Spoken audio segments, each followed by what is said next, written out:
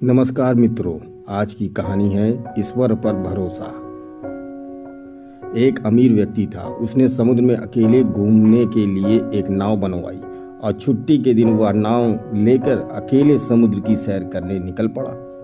वह समुद्र में थोड़ा आगे पहुंचा ही था कि अचानक एक जोरदार तूफान आ गया। उसकी नाव पूरी तरह से तहस नहस हो गई, लेकिन वह लाइफ जैकेट के साथ समुद्र में कूद गया। जब तूफान शांत हुआ तब वह तैरता तैरता एक टापू पे जा पहुंचा, मगर वहां भी कोई नहीं था। टापू के चारों ओर समुद्र के अलावा कुछ भी नजर नहीं आ रहा था। उस आदमी ने सोचा कि जब मैंने पूरी जिंदगी में किसी का कभी बुरा नहीं किया तो मेरे साथ बुरा नहीं होगा। उसको लगा कि ईश्वर ने मौत से बचाया है तो आगे का रास्ता भी वही दिखाएगा। धीरे धीरे वहां पर उगे झाड़ फल पत्ते खाकर दिन बिताने लगा, मगर जब धीरे धीरे उसे लगने लगा था कि वह इस टापू पर फंस गया है, मगर अब भी ईश्वर पर उसका भरोसा कायम था। उसने सोचा, इतने दिनों से मैं इस टापू पर मारा मारा फिर रहा हूँ, क्यों न यहाँ पर एक झोपड़ी बना लूँ। पता नहीं अभी और कितने दिन यहाँ बिताने पड़े। पूरे दिन लकड़ियाँ और पत्ते वगैरह इकट्ठा कर उसने झोपड़ी बनानी शुरू की। रात होते होते उसकी झोपड़ी बनके तैयार हो गई थी।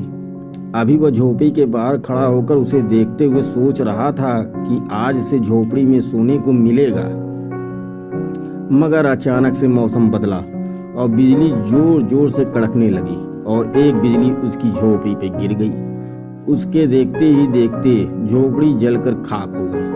यह देखकर वह व्यक्ति टूट गया। उसने आसमान की तरफ देख के बोला, हे ईश्वर, ये तेरा कैसा इंसाफ है? तूने मुझे